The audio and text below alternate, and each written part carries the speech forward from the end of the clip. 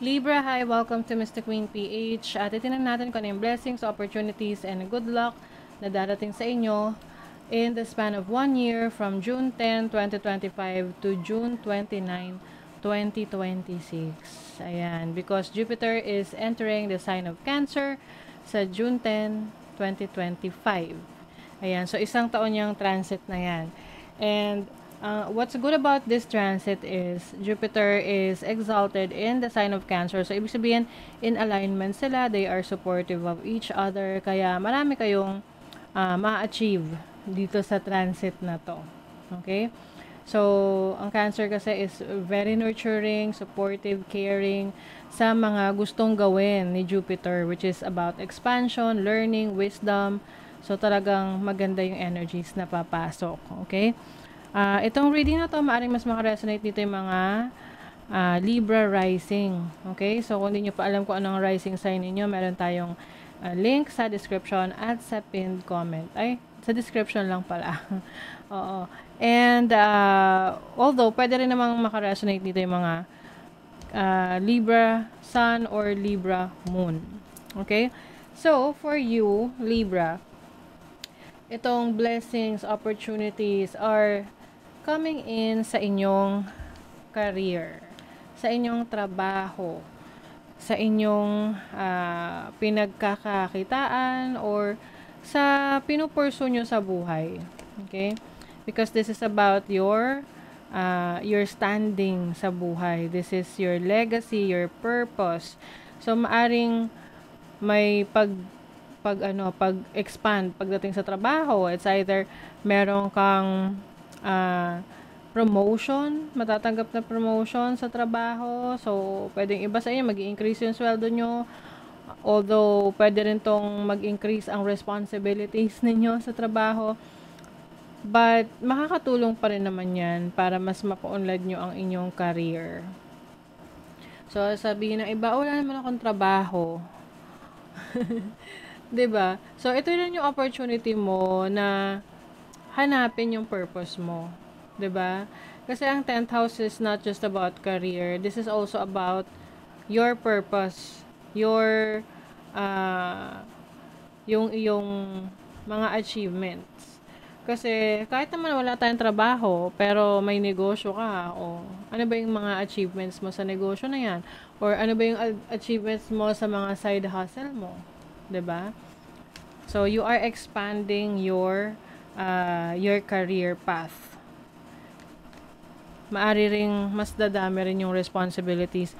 Pwedeng magkakaroon ka ng multiple streams of income, no? Tapos, kailangan maasikaso mo ng maigi yan. Meron tong challenging aspects sa third house mo, which is about communication, about collaboration. So, pwedeng magkaroon ng pwedeng may misunderstanding or frustration sa trabaho dahil sa mga nakakasama mo sa trabaho. Or pwede rin may inggit, no, sa work, lalo na kung nakikita nila na mas pinapaboran ka kaysa sa iba. Pero kung alam mo naman na deserve mo yon, bakit kailangan hindi mo kailangang mag-alala, hindi mo kailangang, parang, you don't have to feel sorry. Dun sa mga naiinggit kasi, alam mo, deserve mo. 'Di ba? And then, meron tong positive aspect sa 6th house, which is your day-to-day life. This is also your work. So, I think, mas marami kang ma-accomplish dito sa transit na to. Meron kang may establish So, pwedeng meron kang career related sa social media, content creation, or sa sasakyan din to, no? Kasi transportation din. And then, kung ikaw naman magpupursige, susuportahan mo yung gusto mo, then definitely, you will be able to upgrade your career or yung standing mo sa buhay. This is also about your health. So, pwede ring inaayos mo rin yung kalusugan mo, yung estado ng katawan mo. para masuportahan niya rin yung career path or mga plano mo pa sa buhay, yung mga gusto mo pang gawin. So, kuha tayo ng energies from tarot. Other energies. So, you have the 5 of Wands. I feel like mas magiging competitive ka. Or competitive yung ibang tao sa'yo. Kaya meron dyang medyo maiinggit or parang magiging bitter sa'yo sa trabaho. Kaya lang hayaan mo sila. Hindi ka naman masyadong inaabala.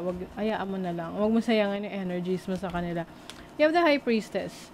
So, you're going to have a very strong instinct, intuition, para madali mong ma-discern or makapag-decide sa isang situation that you are in. You have the 2 of Wands. And then, the Knight of Swords. Possible na meron sa yung pipilit. No? Parang pipilitin ka na sumama sa kanya or makipag-business sa kanya. Kasi kung pinipilit ka, tas ayaw mo, bakit kailangan mong pagbigyan, 'di ba? Oo, you have the King of Swords, yes. I also see that you are setting your boundaries. Hindi mo hahayaan na ikaw ay i-take advantage ng iba. Lalo na sa trabaho. Kasi minsan kapag nakikita nila na that you are delivering, no, na i-deliver mo yung task mo ng mas maaga, tapos napakaayos, minsan dinadagdagan nila yan eh. Kasi alam nila na kaya mong i-deliver yung requirements nila. So, mag-set ka ng boundaries. Hindi porket parang open ka or mabait ka, ita-take mo na yung parang hahayaan mo na lang yon, 'di ba? Okay, let's see what else. I also see studies, no? Pwedeng kayo mag-aaral. Isisingit nyo sa pagtatrabaho ninyo. Kasi gusto nyo na mas marami pang marating sa buhay. Kaya dinadagdagan nyo yung inyong kaalaman. Which is really good kasi mas magkakaroon ka ng mas maraming opportunities sa career mo. Ikaw na yung mamimili, 'di ba? Emotional healing. You are healing yung mga traumatic experience mo, especially sa yung mga nung bata ka. Oo, if there is someone na may naging pagkukulang or pagkakamali sa'yo, so you're healing from that. You are also going to take action. Ayan. 'Di ba sa manifestation, hindi lang puro manifest, meditation ang gagawin. So, some of you talagang ipupush nyo na. You will take action. You will take that first step. Oh, 'di ba? You are healing your inner child. Maaring meron ka mga experiences na yung mga activities na ipapa-experience mo sa sarili mo next year. I mean, June 10, 2025 to June 29, 2026. Na dun mo marirealize na okay na ako. Wala na, hindi na masama loob ko sa nangyari sa akin nung bata ako, ganon. Kasi yun yung iba, core memory nila yun. Yung trauma. So, it's really hard. Mahirap talaga na i-heal yung mga traumatic experiences. Pasensya na guys, bigla akong inantok dito sa reading ninyo. You may feel tired, no?